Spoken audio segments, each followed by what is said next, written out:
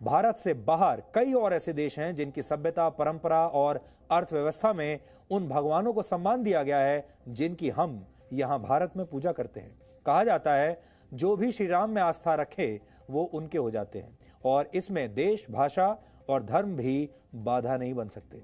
आप इसे श्री राम का अंतर्राष्ट्रीय दर्शन भी कह सकते हैं, जो भारत से आगे दुनिया के ऐसे देशों में भी मौजूद है जहां मुस्लिम या बौद्ध धर्म के अनुयायी सबसे ज्यादा हैं। श्री राम के अंतर्राष्ट्रीय दर्शन का सबसे बड़ा उदाहरण है इंडोनेशिया। यहां पर करीब 90% आबादी मुसलमानों की है और हिंदू यहां पर सिर्फ 2% हैं।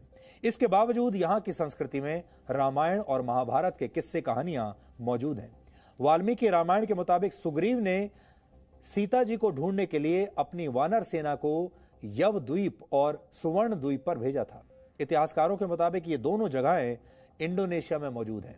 वहां के लोग मानते हैं कि इस्लाम उनका धर्म और रामायण उनकी संस्कृति है और उनके धर्म और संस्कृति में आपस में टकराव नहीं होता। और यही बात हमें भी यानी भारत को भी इंडोनेशिया जैसे देशों से सीखनी चाहिए। मुस्लिम देश होने के बावजूद इंडोनेशिया के नोटों पर, जो वहां की करेंसी है, उसके नोट पर भगवान गणेश की तस्वीर मौजूद है और वहां की सरकारी एयरलाइंस का नाम गरुड़ इंडोनेशिया है। इसी तरह मलेशिया में मलय रामायण प्रचलित है। यहां रामायण को हिकायत सेरी राम कहा जाता है।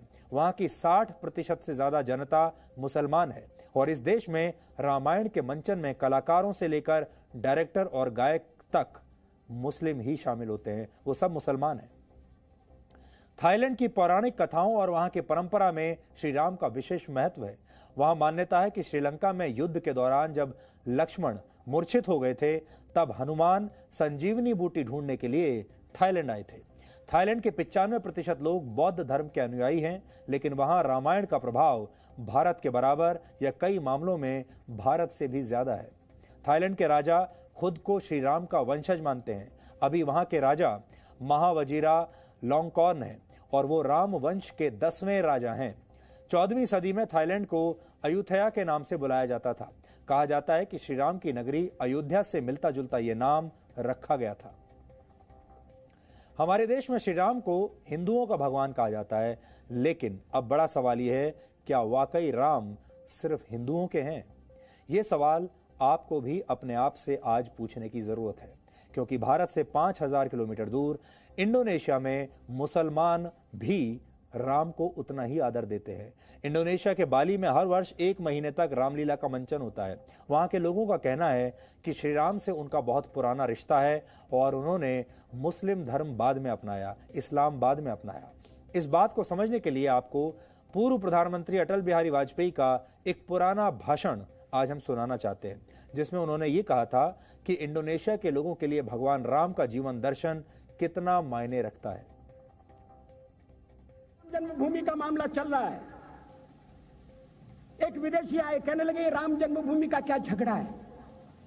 हमने कहा इस पर विवाद हो रहा है कि श्री राम कहां पैदा हुए थे और जहां पैदा हुए थे वो स्थान उनके मंदिर के लिए प्रयुक्त किया जाए या न किया जाए।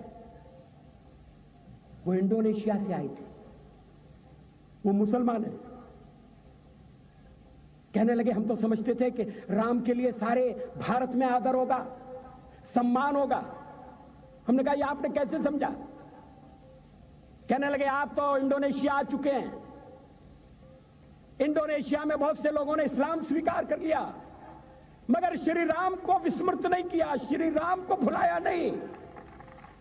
इंडोनेशिया के बाली द्वीप में 1 महीने रामायण की लीला होती है। मैं उस समारोह में जा चुका हूं। उस समय भी विदेश मंत्री मेरे पास बैठे थे। मैंने कहा ये रामायण ये क्या हो रहा है? मैंने कहा एक्सीलेंसी ये मंच पर क्या हो रहा है?